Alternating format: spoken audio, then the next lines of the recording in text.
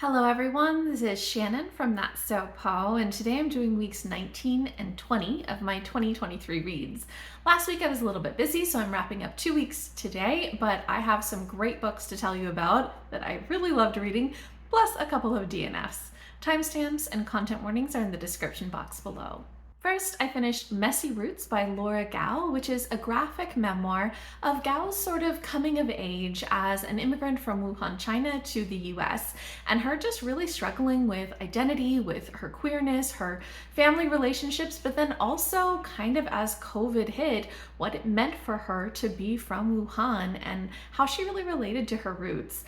I thought that this graphic memoir was fantastic. I absolutely loved it. I think that if you like graphic memoirs, you should for sure pick this up. It is just so well done. I loved the artwork. I loved the way that she talked about her experiences and the humor. It was excellent. I gave this 5 out of 5 stars, and I'll have a standalone review for this coming up later this week. Next, I read Marya and the Fabulous Jasmine Garden by Saadia Faruqi, illustrated by Bushry. This is the second book in the Marya series, and it did not disappoint. I loved this one just as much as the first. So this is a sort of young elementary school chapter book style book that is following Marya, who is a third grader, and she is a very difficult character. She's really stubborn and wants to do things her way and gets very frustrated really easily, and I love her so much. So in the second book, her school basically decides that they're going to build a school garden, and her class gets chosen to kind of figure out and design what's going to go in it, and she wants to be in charge. And so this whole story is about her wanting to be in charge of planning the garden and sort of learning what it means to actually be in charge of something like that. It has really funny interactions and a lot of heart. It also has these illustrations throughout. It is just a great series. I love Marya. I highly recommend this if you like kids books, and I gave it 5 out of 5 stars. Next, I read Imposter Syndrome and Other Confessions of Alejandra Kim by Patricia Park. This is a YA contemporary about Alejandra, who is the child of immigrants from Argentina whose parents were immigrants from Korea to Argentina. And as somebody growing up in New York, she's got this very multicultural experience.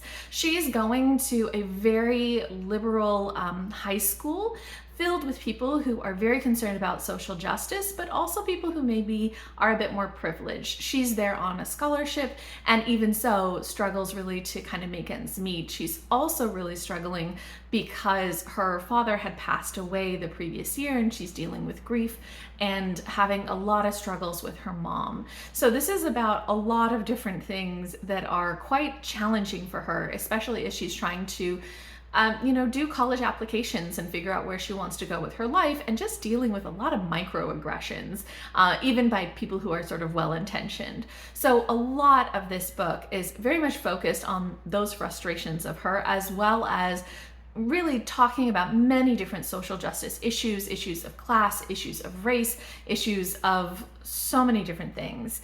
I think that this has a lot of really cool content in it, but it is rather heavy-handed. So I think that, sometimes that is just what people want. It feels very cathartic to have somebody kind of on the page talk about all of these different issues. But I think maybe for me, I would have preferred it a little bit more nuanced rather than quite so heavy-handed, but I did really like the topics that it was discussing.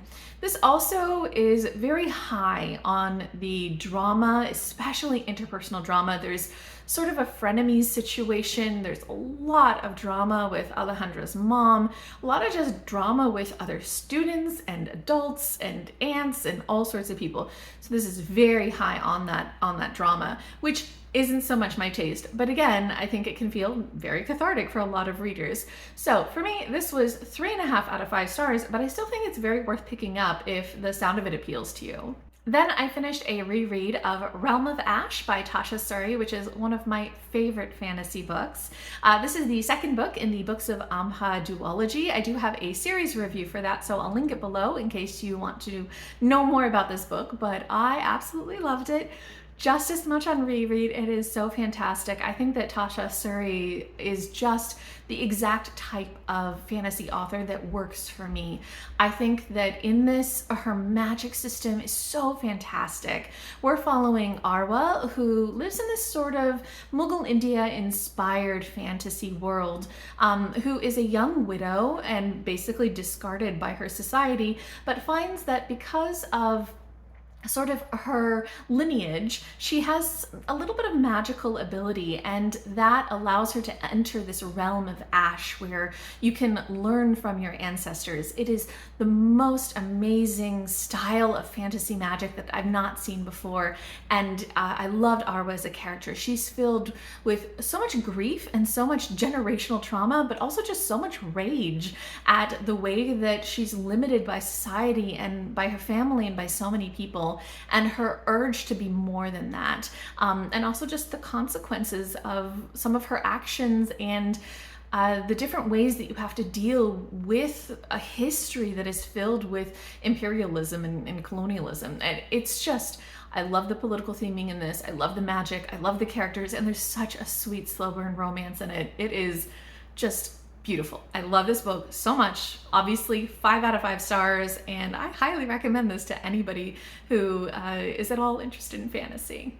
Then I did DNF 2 books, both of which were just a little bit too high on the drama for me. So the first is Red Paint by Sasha LaPointe.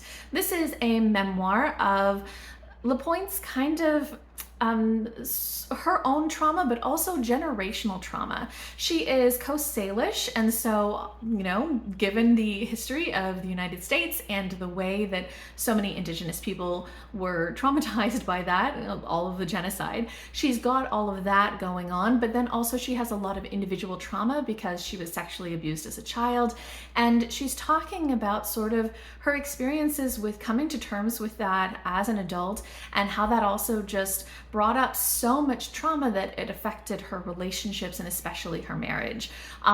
There's a lot of really great stuff in this, but it's also so intense, and there's so much just relationship drama between her and her husband that I was struggling with so much.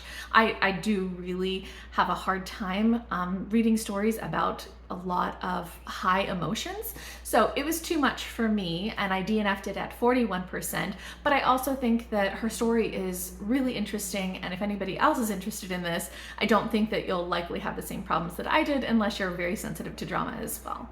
And the other book that I DNF'd was Second Chance at Rancho Lindo by Sabrina Soul. This is a contemporary romance that I heard about from Cynthia at BookWhimsy. I will link her channel as well as her review for this book down below. I really enjoyed the writing in this, actually. I thought the writing was fantastic, but again, the drama was a little bit high, and Cynthia had warned me that the drama was high and that I might DNF it, and I did. So I got through 22% of this, and then I found that even though I kind of wanted to continue because I liked the writing so much, I just couldn't handle a lot of the family dynamics. I found them really, really toxic. So this is about Gabe, who basically has a family that are ranchers in Southern California, and he went away as a teenager to the military, but he was injured and has come back, and there's all of these expectations that he will kind of take up the reins again in the family along with his brothers. And I found that that family dynamic was really toxic for me. There was so much about them resenting him for having gone out to do his own things and for not wanting to kind of be part of the family ranching business. And my feeling was, oh, Gabe, you should just leave again. You shouldn't be here. Your family's not very good. So I was really struggling with that. The love interest also works at the ranch. She is a gardener, and I think she was pretty good, but she also has a lot of resentment against him. And you sort of find out that they had a little bit of an interaction when they were teenagers that he had since forgotten.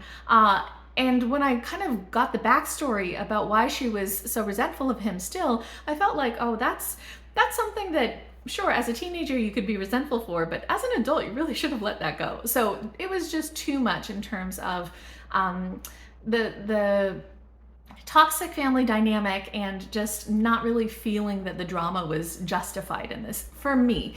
But I did think the writing was really interesting. The characters were good. So again, if you have a better tolerance for drama, you might really enjoy this. Okay, so that is everything that I read and DNF'd over the past 2 weeks. If you guys have read any of these, if you're interested in them, you want to share any thoughts, or if you've read anything amazing in the past couple weeks that you want to share with me, I'd love to hear from you. Just leave me a comment down below.